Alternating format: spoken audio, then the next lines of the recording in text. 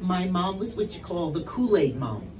She was the one where everybody would come to your house because it was always fun. My dad, we would play running bases in the yard.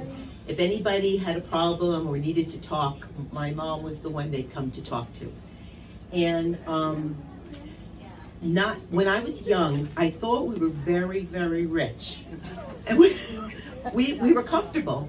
But the reason I thought we were rich was because we always had fresh air fun children in the summertime who came from the city. When this family, this Vietnamese family, was running from the communists, through our church, my parents had this family of 6 live in our little house with us. And when I came home from college, everything was labeled: toilet, refrigerator. They were trying to teach them English. They adopted my brother, which was wonderful. And then they adopted a little boy named Jerry, and he was a foster child. And they figured out that he had epilepsy. They helped him, they taught him everything he needed to learn, and he had to go back to his family. But my point was that my parents were always giving, they were always generous, and they loved us. They absolutely loved us. Very supportive. Now, my mom was the disciplinarian. And I don't believe it. and Lisa, my dad, and I would eat graham crackers and jelly for breakfast, and then we'd hear my mother come out, and we'd throw the graham crackers and the jelly like in the cabinet, and my dad would say, "Can I make you an egg?" It would be like, "That's great, Dad." Or if you got a bad grade in school, you'd go, "Dad, can you sign this? Maybe help me do that."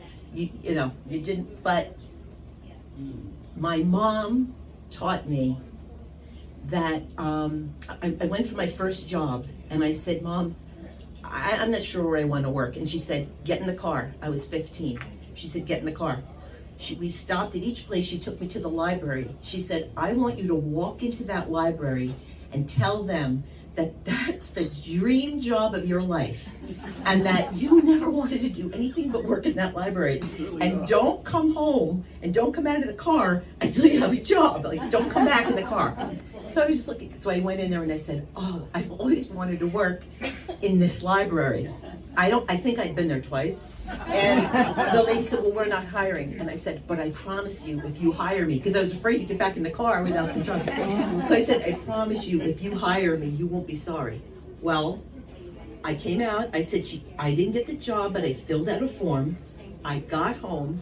They called me, and I got the job. And that was a lesson. That was a lesson. From that job, I did the children's library.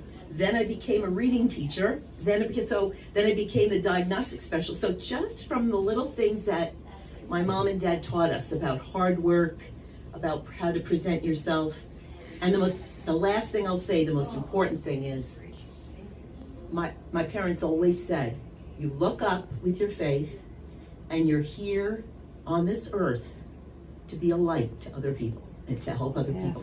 And that's what they taught us. So it's so wonderful to celebrate. And I'm glad I'm doing this, because she always called me, and Lisa, the father lover. Because daughters and fathers, it's very special. But I think she knows that we're grateful for everything she's ever done. And it's too numerous to count. But we're so glad to celebrate her today. And she's so happy here. Came kicking and screaming. Loves it here. Loves it here. She says it's more like a family. And she feels grateful. Happy birthday to you. Happy birthday, dear Irene. Happy birthday to you.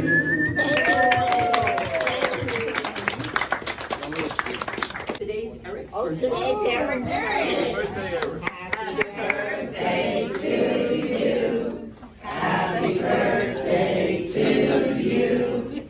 Happy birthday, dear Eric. Happy birthday to you. Many more. I love this couple. I definitely do. We have some wonderful couples. But Irene, she always says, you're a leap year baby, right? Yep.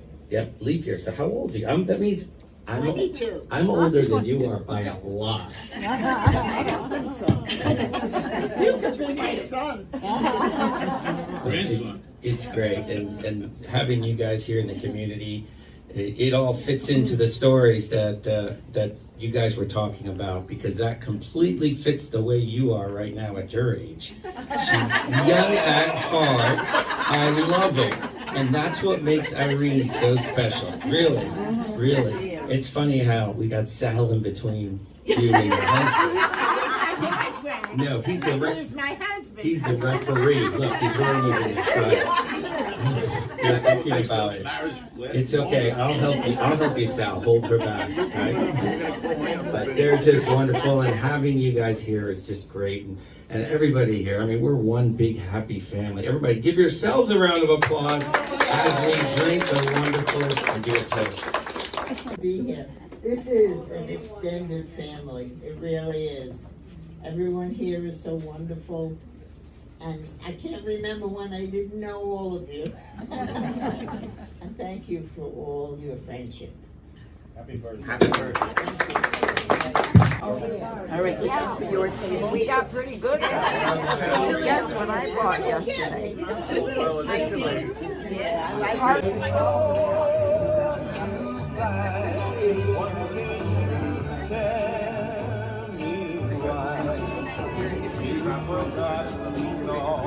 What is your favorite thing about Irene? She never says no. Very good. You gotta move forward. Keep moving forward. She's a great wife. Yes. Yes. Don, what is your favorite thing about Irene? Her humor. Her humor. Very good.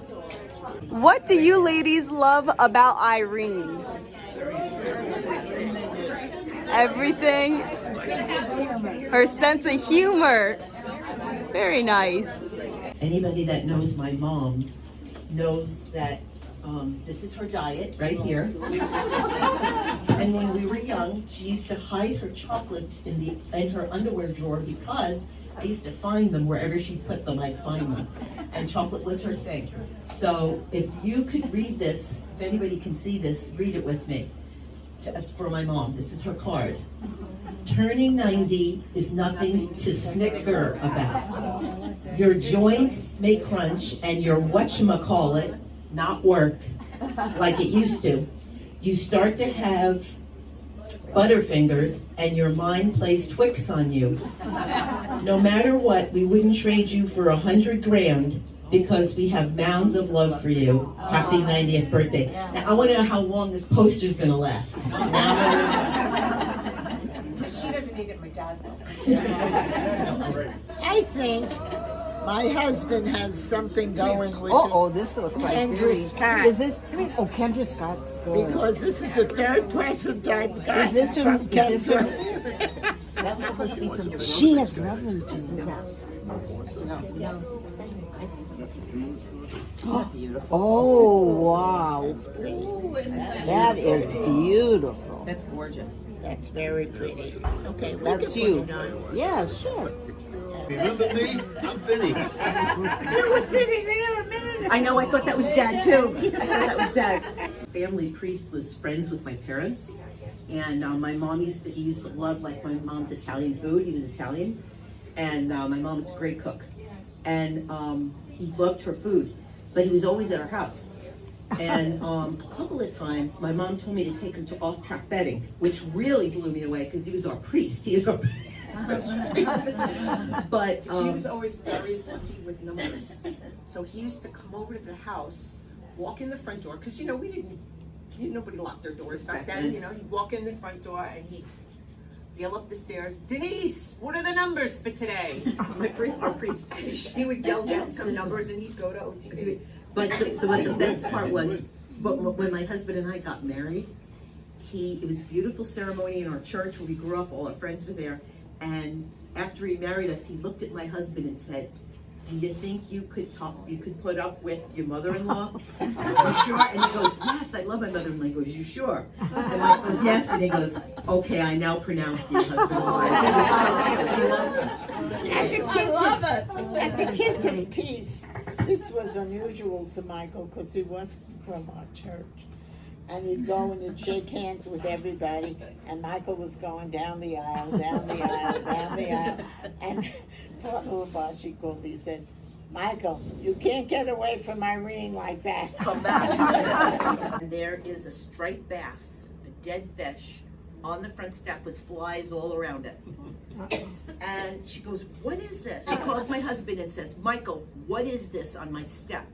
There is a dead fish. I want you to get it off because there's flies, it smells.